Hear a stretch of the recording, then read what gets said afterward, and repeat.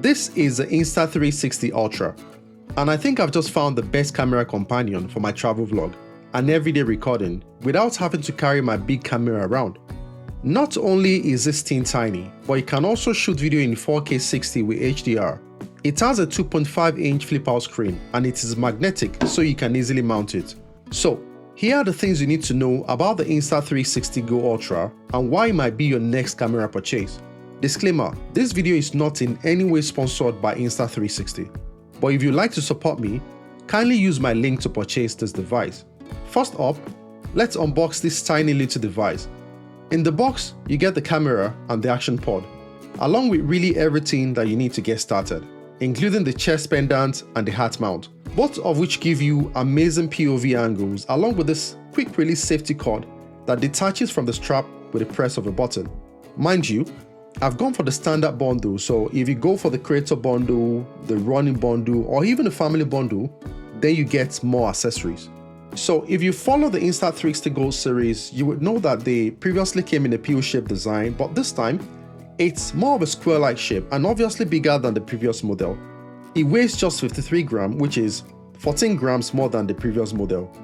Unlike the previous model, this Ultra has an SD card slot, so no more relying on internal storage. Just like the previous model, you have an action pod. You have this 2.5 inches flip touchscreen, which equally serves as your remote control and even used for remote playback. There is a magnet on the back, so you can stick it to metallic objects.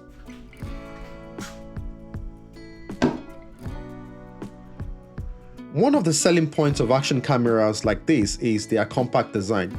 You can get better video quality from bigger cameras, but they are more expensive, adding to the complexity in setup, especially if you are not a professional photographer or a videographer. And speaking about video quality, this device has a bigger sensor than the previous model. You equally have a 5nm AI chip and can record at 4K 60fps maximum resolution. The previous model is limited to 4K 30fps except you are shooting in 1080p. This device also has an active HDR, which helps your video look good, regardless of the lighting condition. There is a built-in gimbal stabilization that keeps your shots steady. And there is a feature worth not forgetting, and that is the easy switch feature, which means you can easily switch from landscape to horizontal mode by just rotating the device. And that changes the aspect ratio quickly from either 16:9 to 9:16 or vice versa, which is very perfect if you're shooting short or long-form videos. Another cool feature about this tiny device is that it has an improved field of view. Now you have 156 degrees of maximum FOV, which is the field of view, compared to the 150 degrees in the previous model.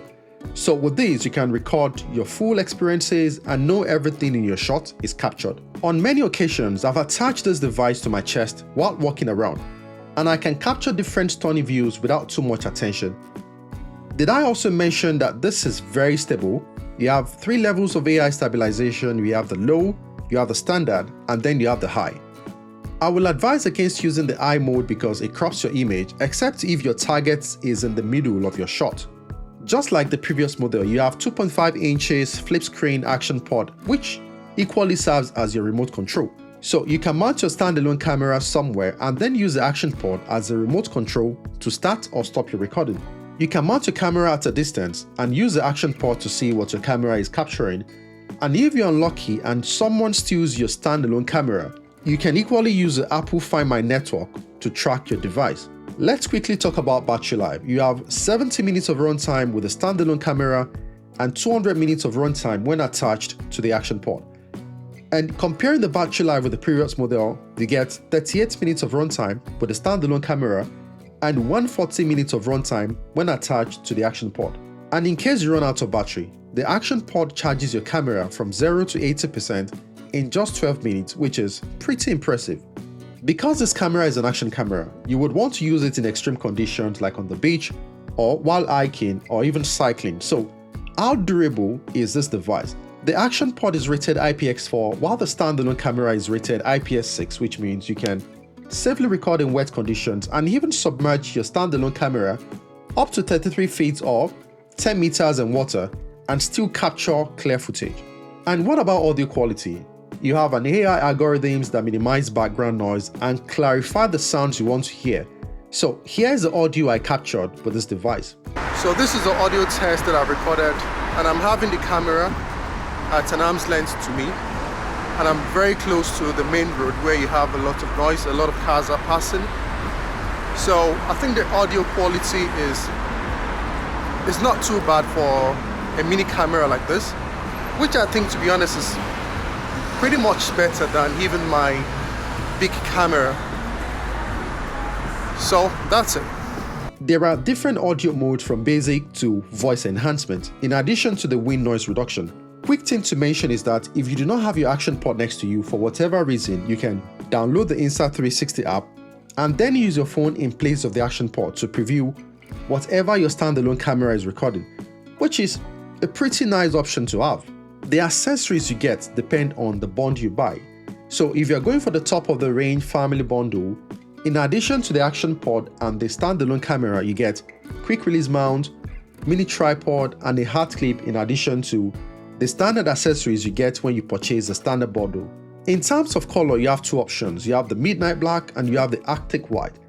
And I think the Arctic white looks cooler than the midnight black. So let me know what your option is in the comment section. So let's talk pricing. The standard bundle comes at around £389. The creator and the running bundle comes at around £429 and £455 respectively. You can equally step up your game and go for the cycling or family bundle, which retails at £442 and £471 respectively. The difference in all these bundles is just the additional accessories you get. The action pod and the standalone camera are the same for all the bundles. I will leave a link in the description in case you would like to support this channel by purchasing one through my link. Additionally, you can purchase ND filters if you're shooting in an extremely bright environment or if you're trying to create a distinct look. You have the option of purchasing your device with a micro SD card, but I decided to purchase mine from a third party because I found out it's cheaper that way. So here is a quick overview of the device. Let me know what you think about this device in the comment section, and kindly subscribe, put a comment and like the video, and I will see you in the next one.